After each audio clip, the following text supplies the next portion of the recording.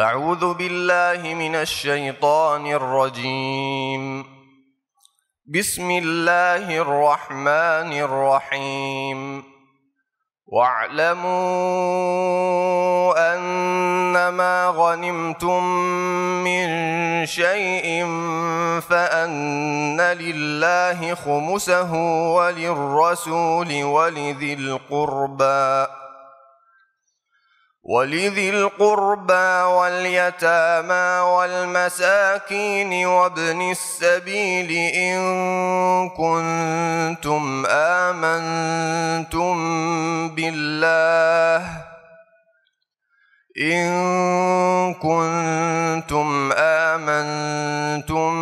بالله وما أنزلنا على عبدنا يوم الفرقان يوم التقى الجمعان والله على كل شيء قدير. إذ أنتم بالعدوة الدنيا وهم بالعدوة القصوى والركب أسفل منكم ولو تواعدتم لاختلفتم في الميعاد ولكن ليقضي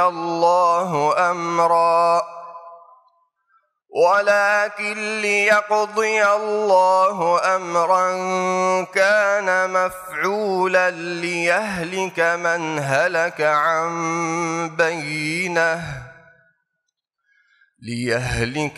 هلك عن بينة ويحيى من حي عن بينة وإن الله لسميع عليم. إذ يريكهم الله في منامك قليلا ولو أراكهم كثيرا لفشلتم ولتنازعتم في الأمر ولكن الله سلم. إذ يريكهم الله في منامك قليلا ولو أراكهم كثيرا لفشلتم ولتنازعتم في الأمر ولكن الله سلم إنه عليم بذات الصدور. وإذ يريكموهم إذ التقيتم في أعينكم قليلا ويقللكم في أعينهم ليقضي الله أمرا كان مفعولا وإلى الله ترجع الأمور. يا أيها الذين آمنوا إذا لقيتم فئة فاثبتوا واذكروا الله كثيرا لعلكم تفلحون. وأطيعوا الله ورسوله ولا تنازعوا فتفشلوا وتذهب ريحكم واصبروا إن الله مع الصابرين. ولا تكونوا كالذين خرجوا من ديارهم بطرا ورئاء الناس ويصدون عن سبيل الله والله بما يعملون محيط. وإذ زين لهم الشيطان أعمالهم وقال لا غالب لكم اليوم من الناس وإني جار لكم فلما تراءت الفئتان نكص على عقبيه وقال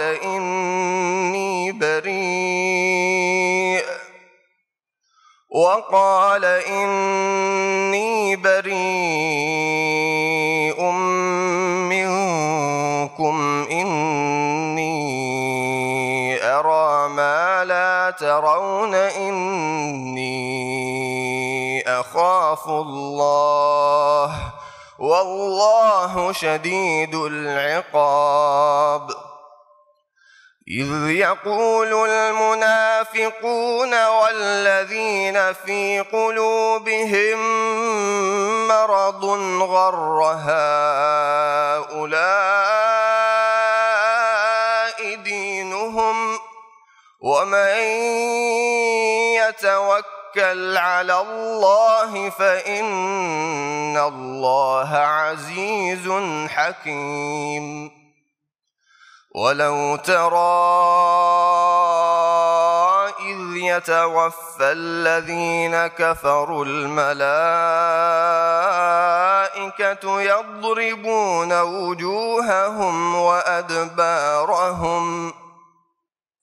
يضربون وجوههم وأدبارهم وذوقوا عذاب الحريق ذلك بما قدمت أيديكم وأن الله ليس بظلام للعبيد كدأب آل فرعون والذين من قبلهم كفروا بآيات الله فأخذهم الله بذنوبهم إن الله قوي شديد العقاب ذلك بأن الله لم يك مغيرا نعمة أنعمها على قوم حتى يغيروا ما بأنفسهم وأن الله سميع عليم كدأب آل فرعون والذين من قبلهم كذبوا بآيات ربهم فأهلكناهم بذنوبهم وأغرقنا آل فرعون وكل كانوا ظالمين إن شر الدواب عند الله الذين كفروا فهم لا يؤمنون الذين عاهدت منهم ثم ينقضون عهدهم في كل مرة وهم لا يتقون فإما تثقفنهم في الحرب فشرد بهم من خلفهم لعلهم يذكرون وإما تخافن من قوم خيانة فانبذ إليهم على سواء إن الله لا يحب الخائنين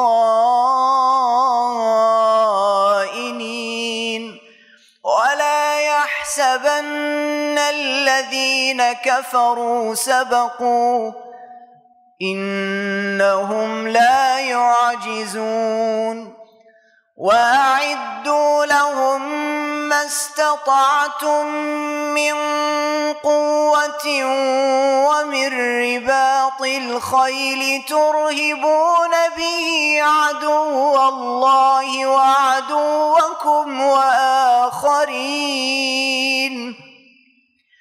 وآخرين من دونهم لا تعلمونهم الله يعلمهم وما تنفقوا من شيء في سبيل الله يوفى إليكم وأنتم لا تظلمون وإن جنحوا للسلم فاجنح لها وتوكل على الله إنه هو السميع العليم وإن يريدوا أن يخدعوك فإن حسبك الله هو الذي أيدك بنصره وبالمؤمنين وألف بين قلوبهم لو أنفقت ما في الأرض جميعا ما ألفت بين قلوبهم ولكن الله ألف بينهم إنه عزيز حكيم يا أيها النبي حسبك الله ومن اتبعك من المؤمنين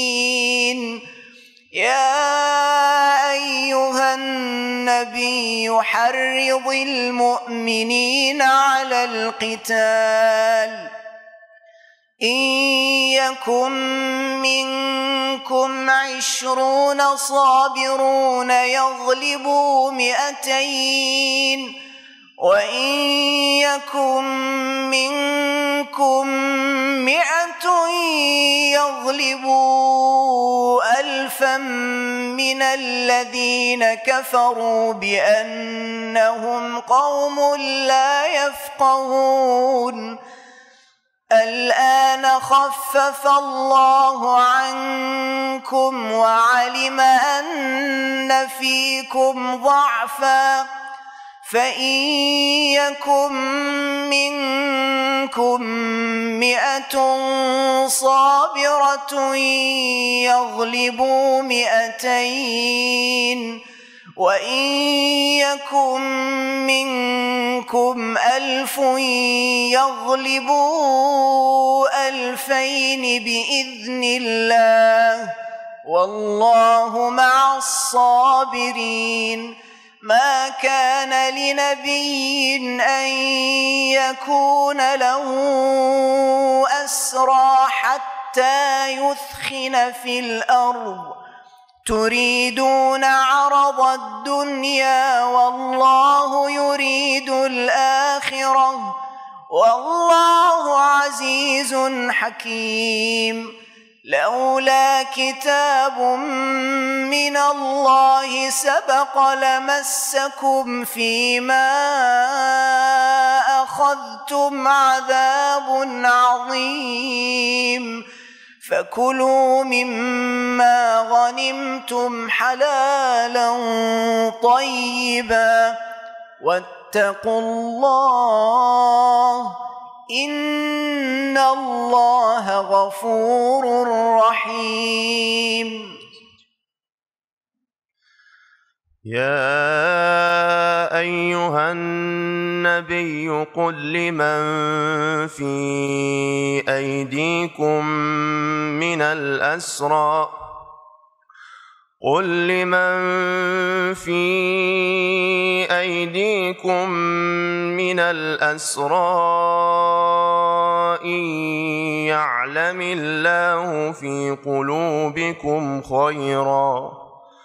إن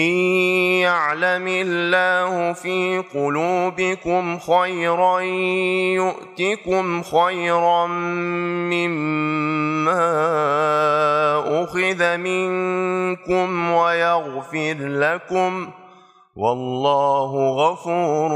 رحيم وإن يريدوا خيانتك فقد خانوا الله من قبل فأمكن منهم والله عليم حكيم إن الذين آمنوا وهاجروا وجاهدوا بأموالهم وأنفسهم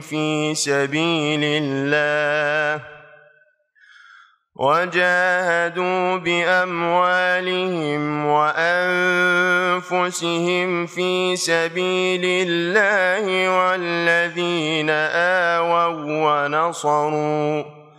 والذين آووا ونصروا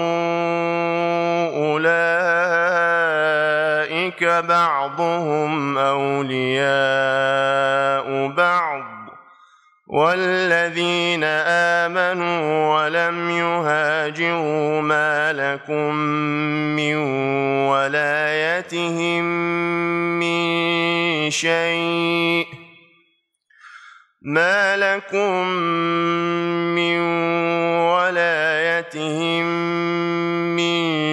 شيء حتى يهاجروا وإن استنصروكم في الدين فعليكم النصر إلا على قوم بينكم وبينهم ميثاق والله بما تعملون بصير والذين كفروا بعضهم أولياء بعض إلا تفعلوه تكن فتنة في الأرض وفساد كبير والذين آمنوا وهاجروا وجاهدوا في سبيل الله والذين آووا ونصروا أولئك هم المؤمنون حقا لهم مغفرة ورزق كريم والذين آمنوا من بعد وهاجروا وجاهدوا معكم فأولئك منكم وأولو الأرحام بعضهم أولى ببعض في كتاب الله إن الله بكل شيء عليم براءة من الله ورسوله إلى الذين عاهدتم من المشركين فسيحوا في الأرض 4 أشهر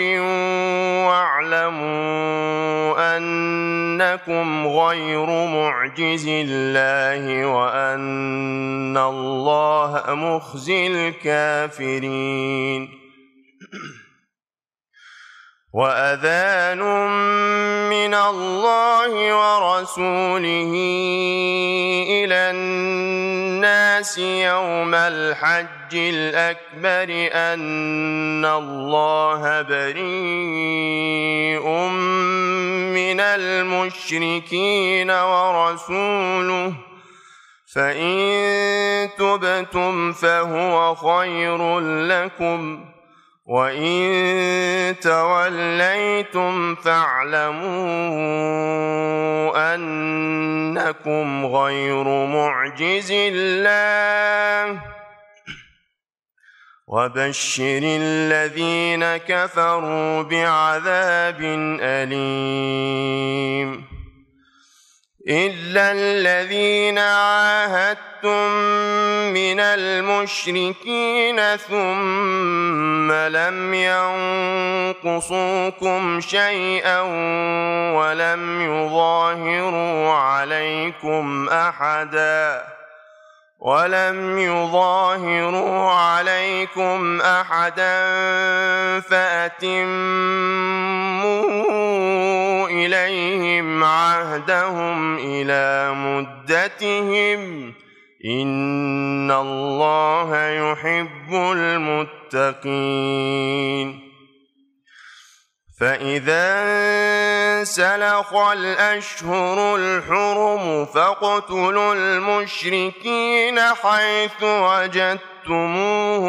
وخذوهم واحصروهم واقعدوا لهم كل مرصد فإن تابوا وأقاموا الصلاة وآتوا الزكاة فخلوا سبيلهم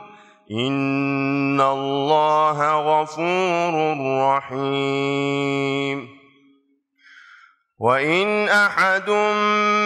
من المشركين استجارك فأجره حتى يسمع كلام الله ثم أبلغه مأمنه ذلك بأنهم قوم لا يعلمون كيف يكون للمشركين عهد عند الله وعند رسوله إلا الذين عاهدتم عند المسجد الحرام فما استقاموا لكم فاستقيموا لهم إن الله يحب المتقين كيف وإن يظهروا عليكم لا يرقبوا فيكم إلا ولا ذمة يرضونكم بأفواههم وتأبى قلوبهم وأكثرهم فاسقون اشتروا بآيات الله ثمنا قليلا فصدوا عن سبيله إنهم ساء ما كانوا يعملون لا يرقبون في مؤمن إلا ولا ذمة وأولئك هم المعتدون فإن تابوا وأقاموا الصلاة وآتوا الزكاة فإخوانكم في الدين ونفصل الآيات لقوم يعلمون وإن نكثوا أيمانهم من بعد عهدهم وطعنوا في دينكم فقاتلوا أئمة الكفر إنهم لا أيمان لهم لعلهم ينتهون ألا تقاتلون قوما نكثوا أيمانهم وهموا بإخراج الرسول وهم بدؤوكم أول مرة أتخشونهم فالله أحق أن تخشوه إن كنتم مؤمنين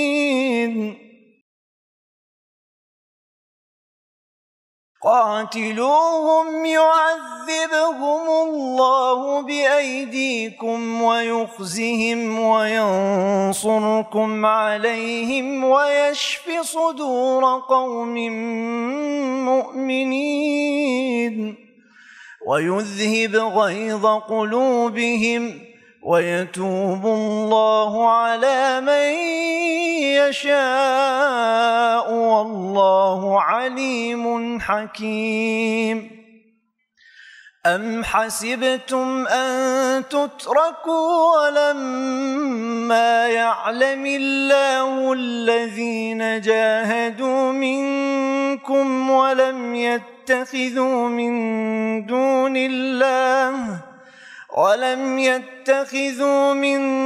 دون الله ولا رسوله ولا المؤمنين وليجة والله خبير بما تعملون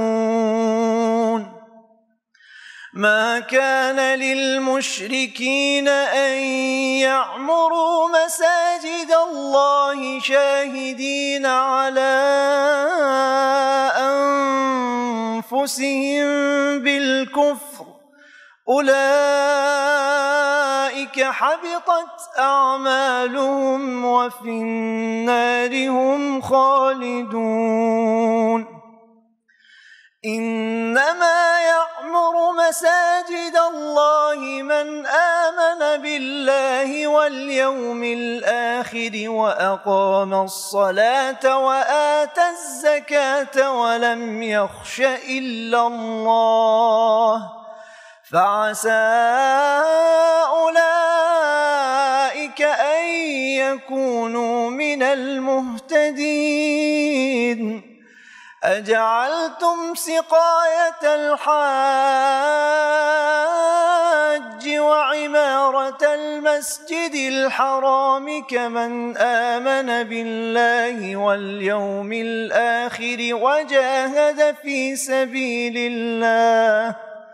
لا يستوون عند الله والله لا يهدي القوم الظالمين الذين آمنوا وهاجروا وجاهدوا في سبيل الله بأموالهم وأنفسهم أعظم درجة عند الله وأولئك هم الفائزون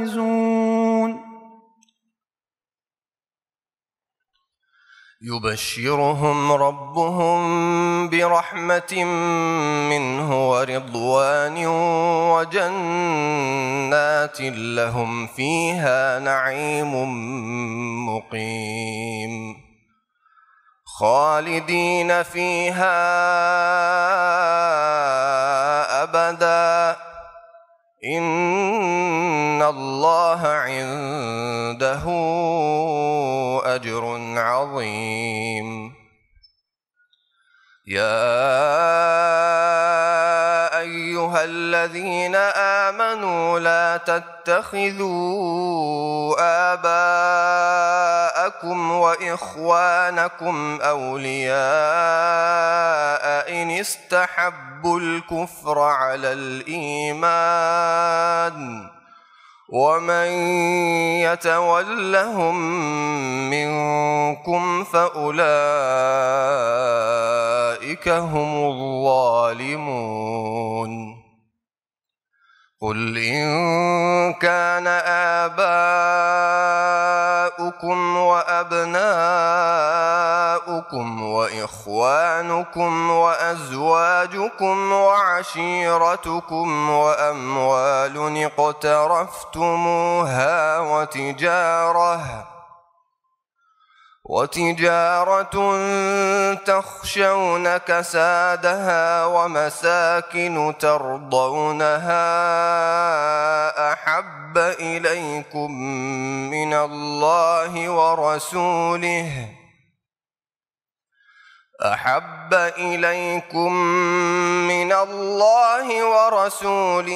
وجهاد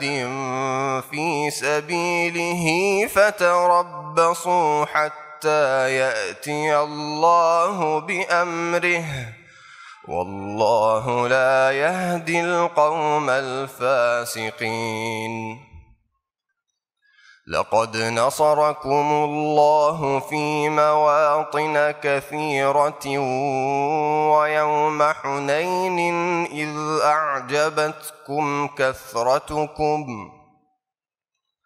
إذ أعجبتكم كثرتكم فلم تغن عنكم شيئا وضاقت عليكم الأرض بما رحبت ثم وليتم مدبرين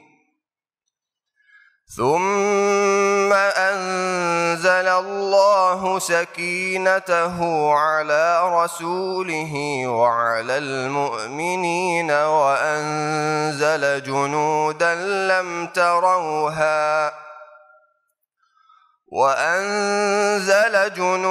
لم تروها وعذب الذين كفروا وذلك جزاء الكافرين ثم يتوب الله من بعد ذلك على من يشاء والله غفور رحيم يا أيها الذين آمنوا إنما المشركون نجس فلا يقربوا المسجد الحرام بعد عامهم هذا وإن خفتم عيلة فسوف يغنيكم الله من فضله إن شاء إن الله عليم حكيم قاتلوا الذين لا يؤمنون بالله ولا باليوم الآخر ولا يحرمون ما حرم الله ورسوله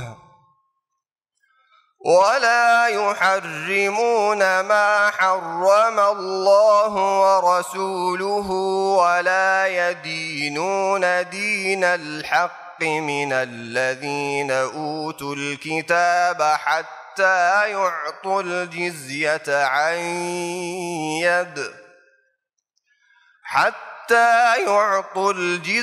عن يد وهم صاغرون وقالت اليهود عزير ابن الله وقالت النصارى المسيح ابن الله ذلك قولهم بأفواههم يضاهئون قول الذين كفروا من قبل قاتلهم الله أنى يؤفكون اتخذوا أحبارهم ورهبانهم أربابا من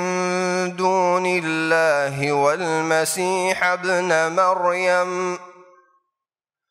وما أمروا إلا ليعبدوا إلها واحدا لا إله إلا هو سبحانه عما يشركون يريدون أن يطفئوا نور الله بأفواههم ويأبى الله إلا أن يتم نوره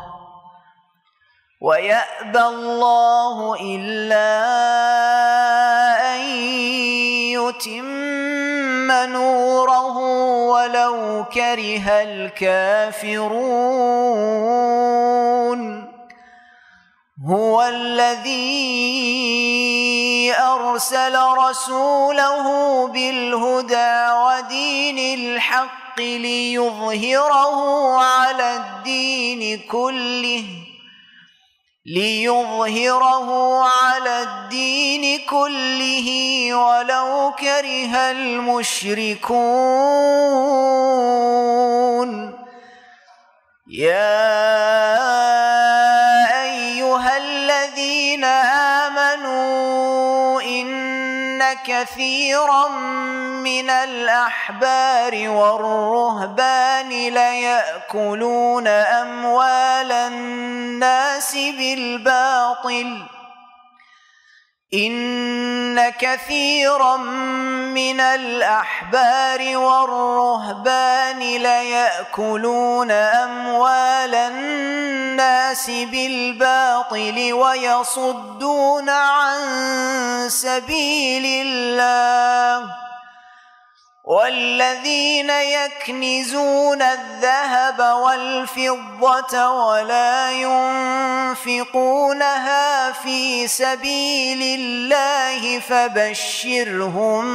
بعذاب أليم يوم يحمى عليها في نار جهنم فتكوى بها جباههم وجنوبهم وظهورهم هذا ما كنزتم لأنفسكم فذوقوا ما كنتم تكنزون. إن عدة الشهور عند الله 12 شهرا في كتاب الله يوم خلق السماوات والأرض 12 شهرا في كتاب الله يوم خلق السماوات والأرض منها 4 حرم ذلك الدين القيم فلا تظلموا فيهن أنفسكم وقاتلوا المشركين كافة كما يقاتلونكم كافة واعلموا أن الله مع المتقين. إنما النسيء زيادة في الكفر يضل به الذين كفروا يحلونه عاما ويحرمونه عاما ليواطئوا عدة ما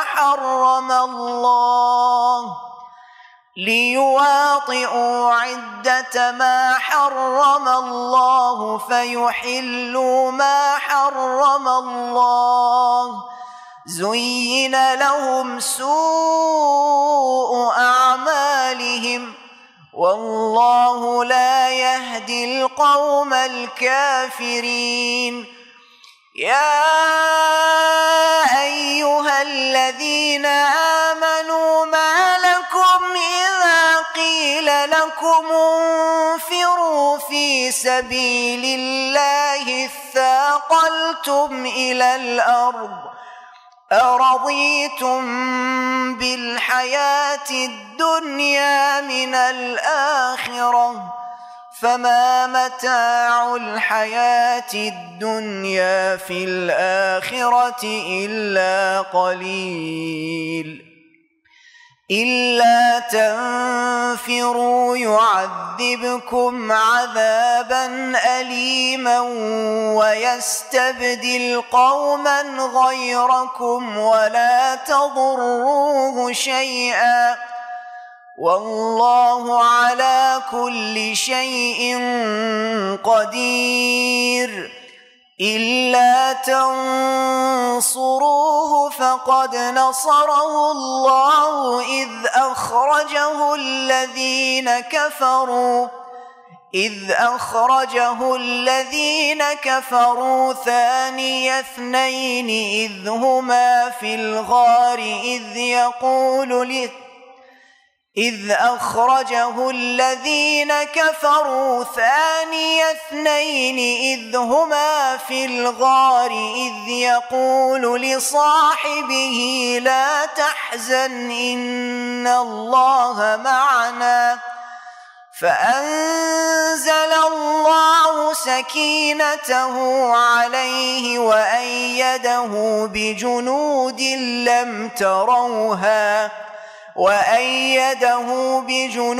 لم تروها وجعل كلمة الذين كفروا السفلى وكلمة الله هي العليا والله عزيز حكيم. انفروا خفافا وثقالا وجاهدوا بأموالكم وأنفسكم في سبيل الله ذلكم خير لكم إن كنتم تعلمون. لو كان عرضا قريبا وسفرا قاصدا لاتبعوك ولكن بعدت عليهم الشقة وسيحلفون بالله لو استطعنا لخرجنا معكم يهلكون أنفسهم والله يعلم إنهم لكاذبون. عفى الله عنك لم أذنت لهم حتى يتبين لك الذين صدقوا وتعلم الكاذبين. لا يستأذنك الذين يؤمنون بالله واليوم الآخر أن يجاهدوا بأموالهم وأنفسهم والله عليم بالمتقين. إنما يستأذنك الذين لا يؤمنون بالله واليوم الآخر وارتابت قلوبهم فهم في ريبهم يترددون. ولو أرادوا الخروج لأعدوا له عدة ولكن كره الله بعاثهم فثبطهم وقيل اقعدوا مع القاعدين. لو خرجوا فيكم ما زادوكم إلا خبالا ولأوضعوا خلالكم يبغونكم الفتنة وفيكم سماعون لهم والله عليم بالظالمين. لقد ابتغوا الفتنة من قبل وقلبوا لك الأمور حتى جاء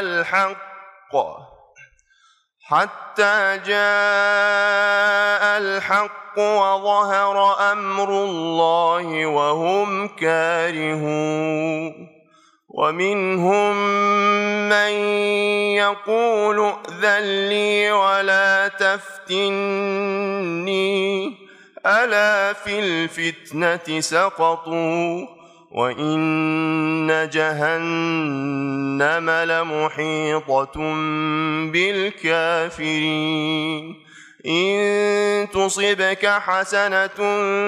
تسؤهم وإن تصبك مصيبة يقولوا قد أخذنا أمرنا من قبل وإن تصبك مصيبة يقولوا قد أخذنا أمرنا من قبل ويتولوا وهم فرحون. قل لن يصيبنا إلا ما كتب الله لنا هو مولانا وعلى الله فليتوكل المؤمنون قل هل تربصون بنا إلا إحدى الحسنيين ونحن نتربص بكم أن يصيبكم الله بعذاب من عنده أو بأيدينا فتربصوا إنا معكم متربصون قل أنفقوا طوعا أو كرها لن يتقبل منكم إنكم كنتم قوما فاسقين وما منعهم أن تقبل منهم نفقاتهم إلا أنهم كفروا بالله وبرسوله ولا يأتون الصلاة إلا وهم كسالى ولا ينفقون إلا وهم كارهون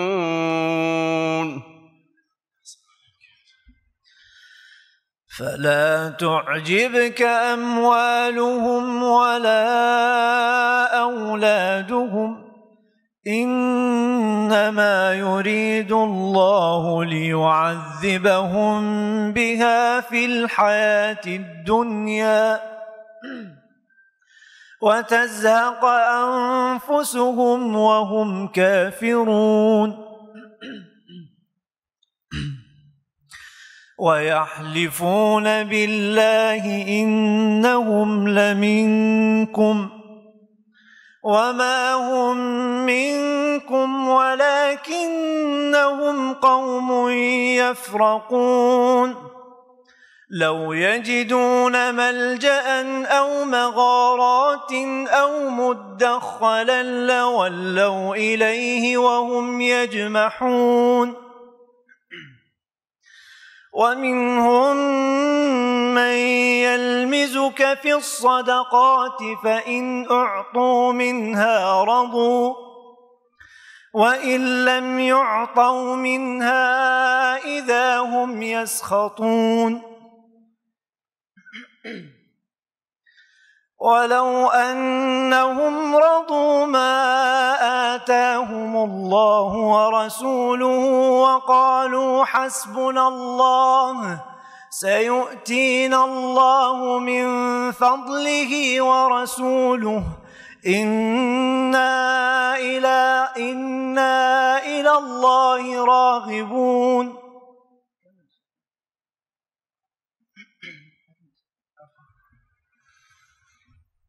إنما الصدقات للفقراء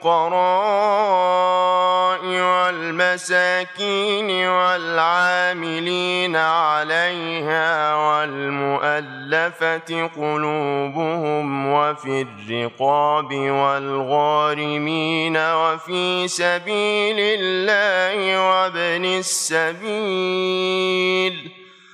فريضة من الله والله عليم حكيم ومنهم الذين يؤذون النبي ويقولون هو أذن قل أذن خير لكم يؤمن بالله ويؤمن للمؤمنين ورحمة للذين آمنوا منكم والذين يؤذون رسول الله لهم عذاب أليم يحلفون بالله لكم ليرضوكم والله ورسوله أحق أن يرضوه إن كانوا مؤمنين ألم يعلموا أنه من يحادد الله ورسوله فأن له نار جهنم خالدا فيها ذلك الخزي العظيم يحذر المنافقون أن تنزل عليهم سورة تنبئهم بما في قلوبهم قل استهزئوا إن الله مخرج ما تحذرون ولئن سألتهم ليقولن إنما كنا نخوض ونلعب قل أبالله وآياته ورسوله كنتم تستهزئون لا تعتذروا قد كفرتم بعد إيمانكم إن نعف عن طائفة منكم نعذب طائفة بأنهم كانوا مجرمين المنافقون والمنافقات بعضهم من بعض يأمرون بالمنكر وينهون عن المعروف ويقبضون أيديهم نسوا الله فنسيهم إن المنافقين هم الفاسقون وعد الله المنافقين والمنافقات والكفار نار جهنم خالدين فيها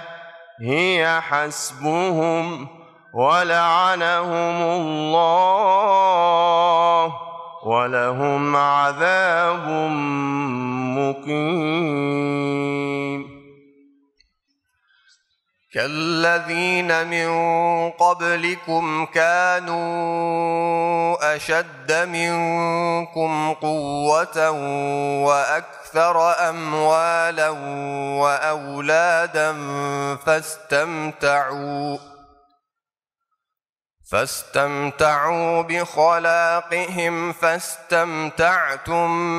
بخلاقكم كما استمتع الذين من قبلكم بخلاقهم وخضتم كالذي خاضوا أولئك حبطت أعمالهم في الدنيا والآخرة وأولئك هم الخاسرون ألم يأتهم نبأ الذين من قبلهم قوم نوح وعاد وثمود وقوم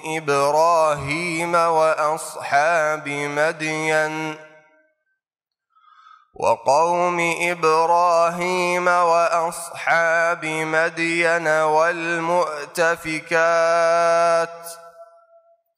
أتتهم رسلهم بالبينات فما كان الله ليظلمهم ولكن كانوا أنفسهم يظلمون والمؤمنون والمؤمنات بعضهم أولياء بعض يأمرون بالمعروف وينهون عن المنكر ويقيمون الصلاة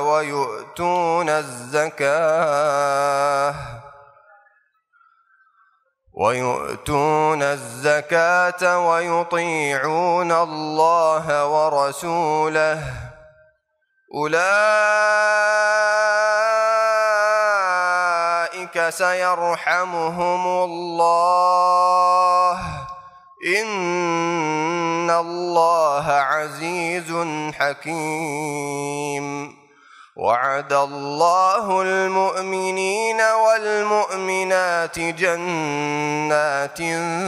تجري من تحتها الأنهار خالدين فيها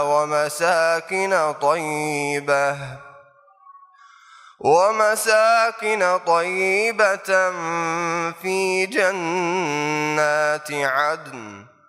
ورضوان من الله أكبر ذلك هو الفوز العظيم. يا أيها النبي جاهد الكفار والمنافقين واغلظ عليهم ومأواهم جهنم وبئس المصير يحلفون بالله ما قالوا ولقد قالوا كلمة الكفر وكفروا بعد إسلامهم وهموا بما لم ينالوا وما نقموا إلا أن أغناهم الله ورسوله من فضله فإن يتوبوا يك خيرا لهم وإن يتولوا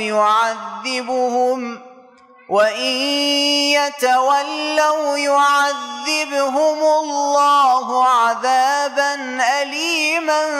في الدنيا والآخرة وما لهم في الأرض من ولي ولا نصير.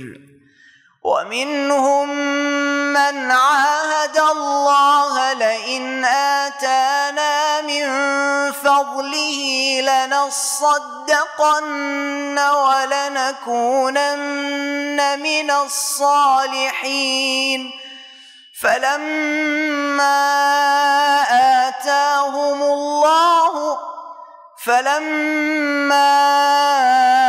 آتاهم من فضله بخلوا به وتولوا وهم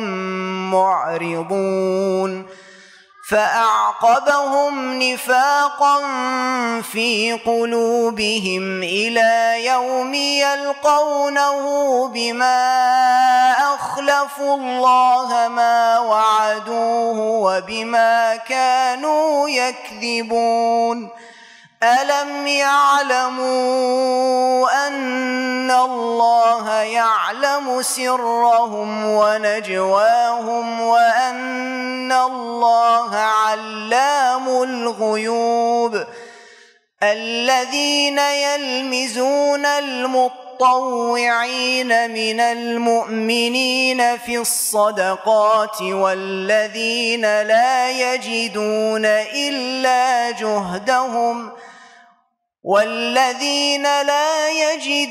إلا جهدهم فيسخرون منهم سخر الله منهم ولهم عذاب أليم. استغفر لهم أو لا تستغفر لهم إن تستغفر لهم 70 مرة فلن يغفر الله لهم ذلك بأنهم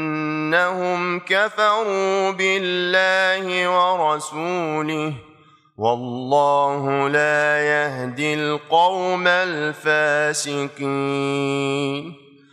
فرح المخلفون بمقعدهم خلاف رسول الله وكرهوا أن يجاهدوا بأموالهم وأنفسهم في سبيل الله وقالوا لا تنفروا في الحر قل نار جهنم أشد حرا لو كانوا يفقهون فليضحكوا قليلا وليبكوا كثيرا جزاء بما كانوا يكسبون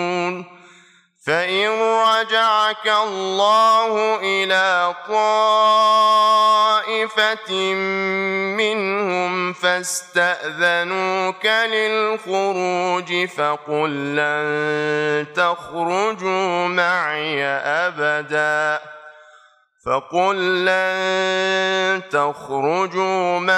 أبدا ولن تقاتلوا معي عدوا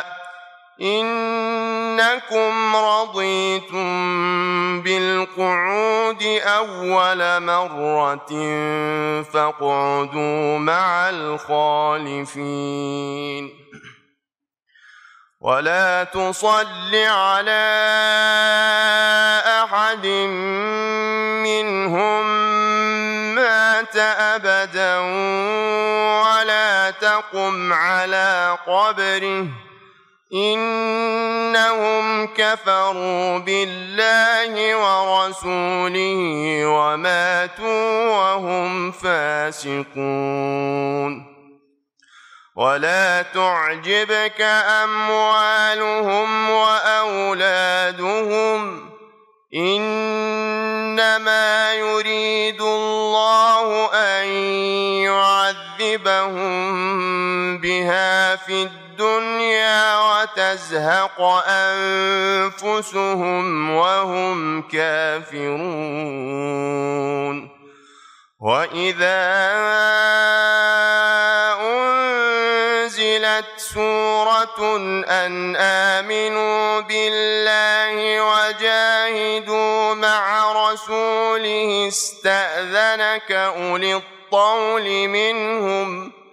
استأذنك أولو الطول منهم وقالوا ذرنا نكن مع القاعدين رضوا بأن يكونوا مع الخوالف وطبع على قلوبهم فهم لا يفقهون لكن الرسول والذين آمنوا معه جاهدوا بأموالهم وأنفسهم وأولئك لهم الخيرات وأولئك هم المفلحون أعد الله لهم جنات تجري من تحتها الأنهار خالدين فيها ذلك الفوز العظيم وجاء المعذرون من الأعراب ليؤذن لهم وقعد الذين كذبوا الله ورسوله سيصيب الذين كفروا منهم عذاب أليم ليس على الضعفاء ولا على المرضى ولا على الذين لا يجدون ما ينفقون حرج إذا نصحوا لله ورسوله ما على المحسنين من سبيل والله غفور رحيم ولا على الذين إذا ما أتوك لتحملهم قلت لا أجد ما أحملكم عليه تولوا وأعينهم تفيض من الدمع حزنا ألا يجدوا ما ينفقون إنما السبيل على الذين يستأذنونك وهم أغنياء رضوا بأن يكونوا مع الخوالف وطبع الله على قلوبهم فهم لا يعلمون صدق الله العلي العظيم. اللهم صل وسلم وزد وبارك على رسول الله وآله الأطهار.